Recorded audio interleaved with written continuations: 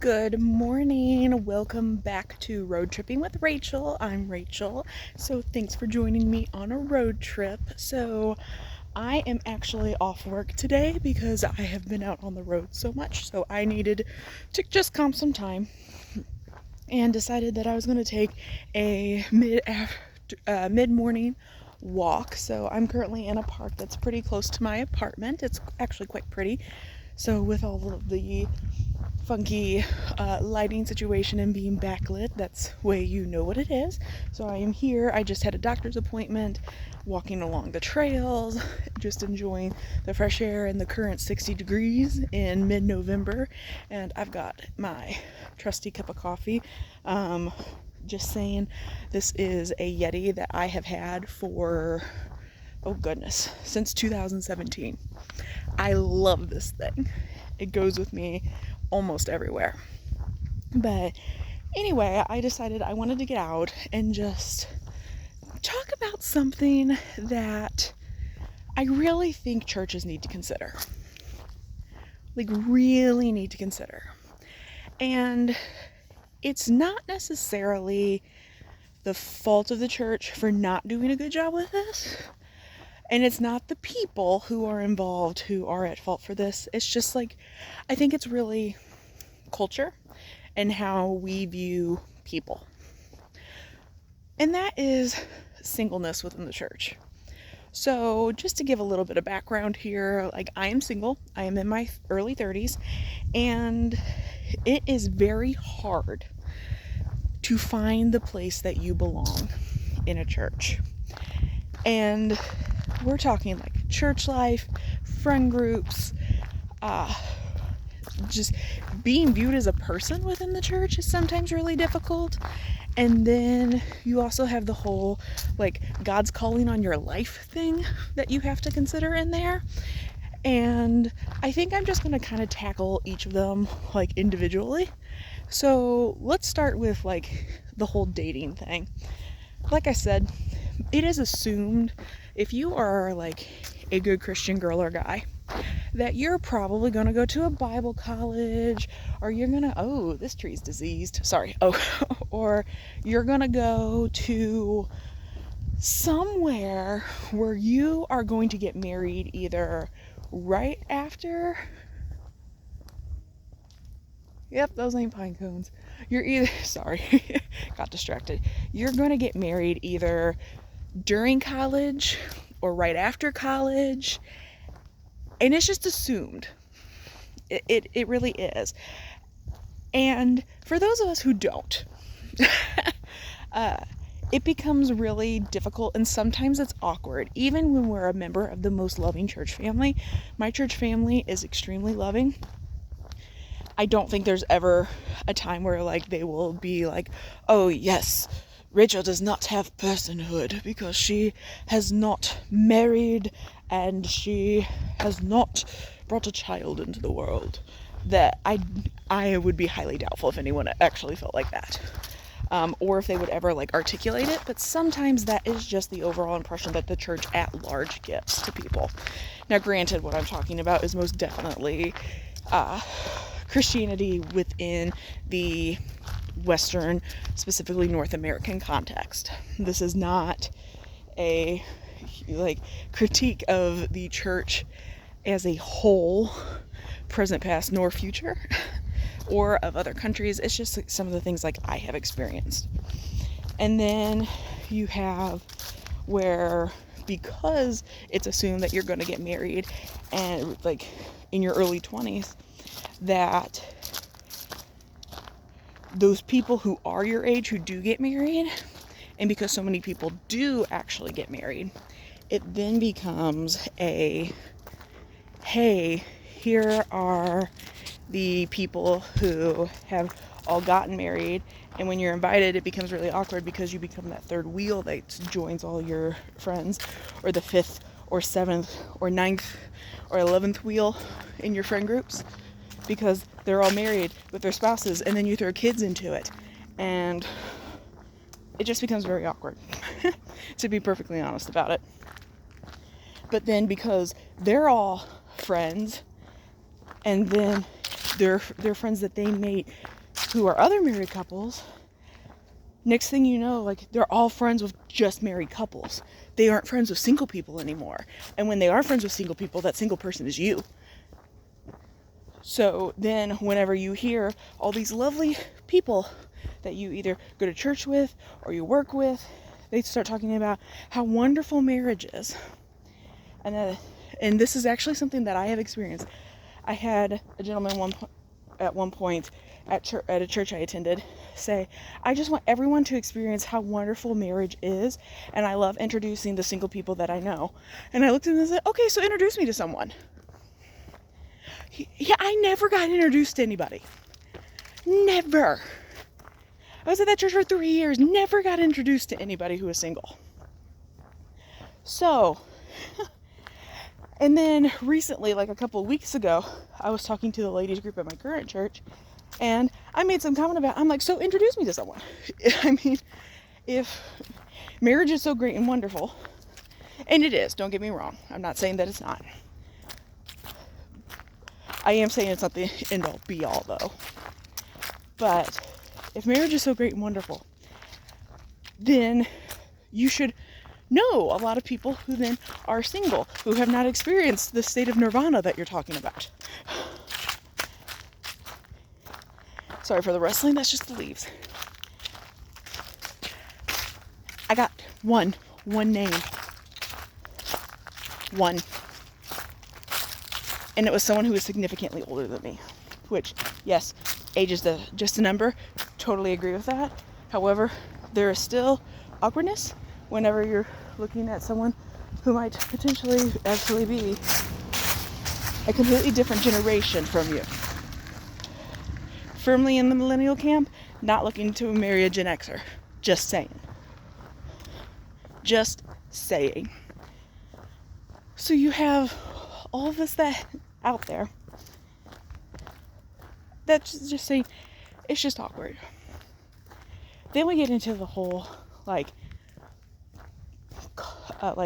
your whole personhood. We tie up so much as a family being ideal, and that it is how it is a representation of the gospel, like through marriage, of how Christ loved the church, and how the church loves Christ, and how she comes to him, and she's beautiful, dressed in white, and the whole 9 yards about how beautiful a wedding is.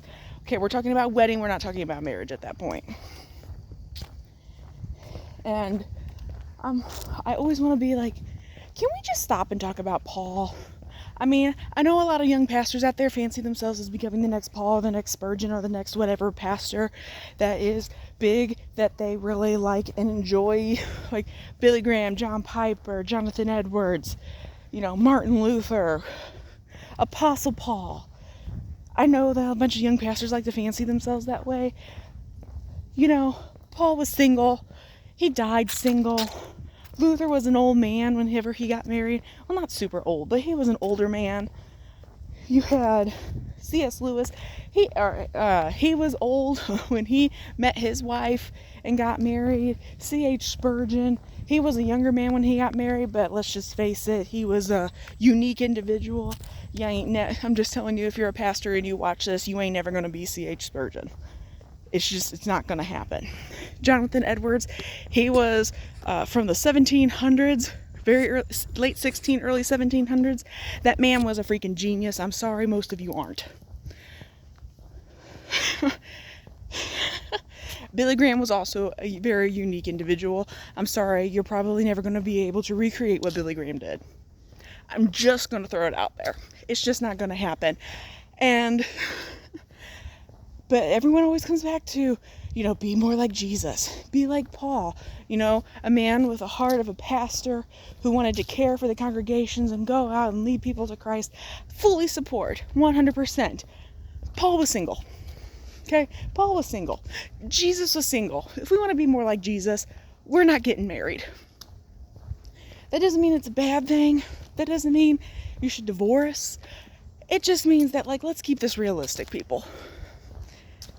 And the whole, you can't be involved in ministry and personhood, and that it's tied to whether or not, I have married someone, or whether or not I have had children.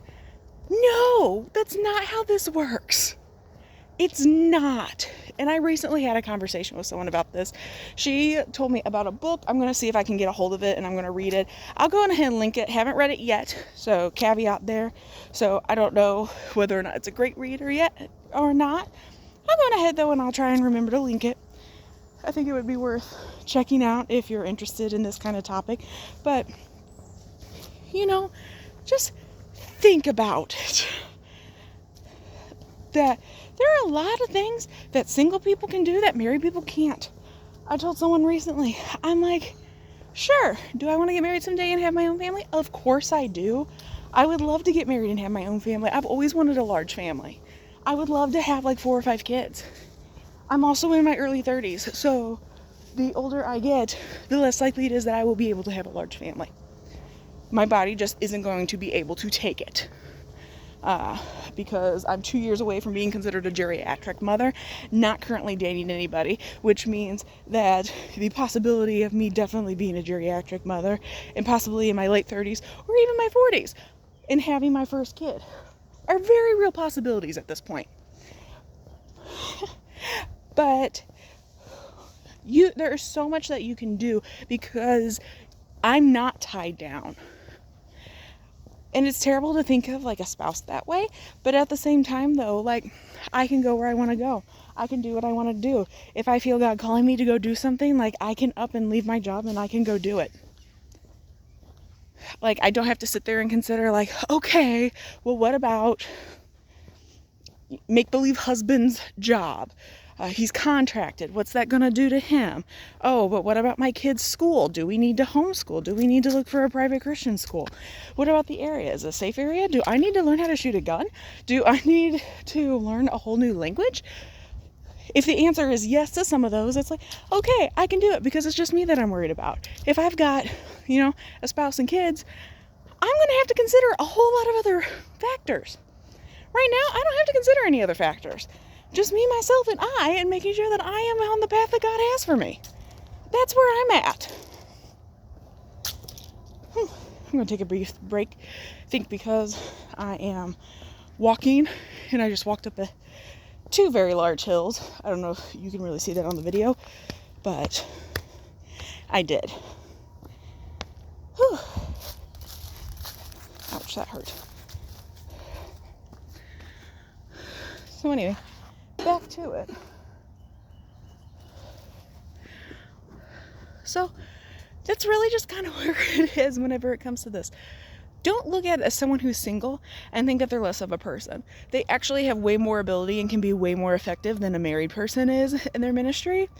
Now, that's not to say there are some ministries to where it is better to be married because you have that support system that's automatically built in with you. I did have a job at one point where I admitted that I think this would have been a job where had I been married, I probably would have been more successful at it. But that's not where I'm at currently, and it's the only time I've ever felt that way. The other part of that is, I'm like, churches, find a way to be supportive of your single people. I think it's great. You do college and career or a young professionals group. That's great. But like I've already said, a lot of churches, they assume that you are going to meet someone while you're in college or very soon after, and you're going to get married either in college or relatively quickly after, within a couple of years. And so when someone doesn't do that, you're an odd duck. And so how do you fit those people and integrate them into a church family? Now, I think this answer is going to be different for every single church. I'm more than happy to talk to someone about this. In fact, I would love to have some comments into what you all think would be a great way to implement some of this into the church. I don't know what the correct answer is, but I know that it is not having it be youth, college and career, young professionals, young marrieds. Okay? Because when I hear young professional, I'm like, I'm a young professional. I'm in my early 30s. I have a master's degree. I've completed college. I live by myself. I have a very successful, job. The people who are in the young career class or the young professionals classes, like, that's normally people who are married in their mid-20s to their early 30s. And might have kids, might not. I'm just saying, as a single person, I have a hard time relating to someone who's going through morning sickness. I have a hard time relating to someone whose husband has had an affair or is struggling with porn addiction or anything like that. I'm just not going to be able to understand that. I mean, I just don't. Like, I got nothing to compare it to. I can sympathize with you. I'm not going to be able to empathize. And there's a very important difference there. I'm not going to be able to, I mean, I can be like supportive of you in the decisions that you're making. I'm not going to be the person though who's going to be like, yeah, well, this was my experience. It worked for me, or this is what my mother-in-law told me. Like, I don't have any of that, okay? I just don't. So find some way to incorporate singles into your small groups and Sunday school classes without it always feeling like super awkward or making them like the 3rd, 5th, 7th, 9th, 11th wheel that is happening. In fact, why would you even break it up by age group or life stage at that point? You know, I totally am 100% like on board, like let's break it up based off of age and life stage whenever we're talking about someone who's below high school, maybe even having college and career, because college and career is more or less just youth 2.0 anyway in most cases. For a lot of students and at a lot of churches, there are students who are still like really able to be involved. There's students who still really want to be able to socialize. They need the mom and dad kind of breakdown that a church kind of provides for them, so that way there is like an adulty adult who's there with them to be able to make sure like they kind of stay on that straight and narrow path. But really, like once they get out of college or even like before then, you know, why don't we have like topical classes or areas of interest? I know it's more work for people and it's more work on churches, but you know, I think if you're properly preparing your people and that you really want to be able to reach more people, instead of breaking everything up by age group, do it by topics. You know, why not do voluntary small groups, and you have various ones that meet at various times. You could do one to where it's like, okay, like this is a lesson on the Gospels. Hey, this is one, it's systematic theology. Or hey, we're going to be doing a particular Bible study on like Esther or Ruth or women of the Bible. Or hey, we're just going to look at the apostles. Or we're going to be looking at 1st and 2nd Timothy. Or hey, we're going to look through the minor prophets. Or hey, oh here this is a Bible study on the Psalms, and you just work your way through the Psalms. I mean, in my mind, I actually think that would probably make more sense, because then everybody's in there voluntarily. And if you do get couples who are in there, it's because the couples wanted to be in there. And if you don't have couples in there, it's because like the dude wanted to go study Peter and the lady wanted to talk about Esther. Or vice versa, because we know that the men don't study Esther or Ruth. That's me being facetious. I know that they do study Esther and Ruth. I'm just being very facetious about it. But, have the man go in and, like, sit in on a Bible study about Esther. And I would say, like, and this is just segue right here, not going to harp on it, but, we're talking, like, small groups. We're not talking a pastor at this point. If a man decides he wants to go into a class that is led by a woman, like, just let him do it. It's voluntary on its part. She's not seeking to get more authority than what she is supposed to have within a church. Just go on ahead, or forget even saying like more authority within the church. She's not holding whatever we want to call it over the man, because it's not her husband. And she's not acting in the form of a pastor.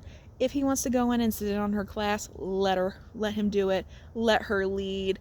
The men that were in Beth Moore's Bible studies were all there voluntarily. They all knew that she was a woman. It wasn't hidden. That's my thoughts on this. I could go into a way more deeper dive on like some of my thoughts where this is concerned, but I'm going to avoid that right now. That might be a video to come at some point. But I actually think though, like in general, that is a way better way to break everything up, because it is going to be able to give people more options, and it doesn't put the pressure on someone that they can't attend a particular class because they're not married. I mean, really, for me, like, there is nothing worse than being locked in to a young singles class and being in my 30s and everyone else is 23. I'm a decade older than these people. I've had so many other life experiences. Like, I've already lost grandparents. I've had friends who have died. I've had friends who have had miscarriages. I've had people who have gotten in my life who have gotten divorced already. you guys are still figuring out like if it's okay to hold hands. Or how do you deal like with trying to budget your time post college and figuring out how am I supposed to actually have a social life when it's not regimented, which actually I'm just here to tell you, when you're out of college and you're working, like your life becomes actually far more regimented if you are a young person and you're watching this, because you have a job. You have a job and you have a set income, and if you're salary and if you're hourly, you still have mostly a set income, and you know that so much of that is going to go to taxes and Medicare and Medicaid and Social Security and the whole 9 yards. You know what you're going to be able to operate within. It's really not that hard to figure out after 1 to 2 paychecks. There we go. But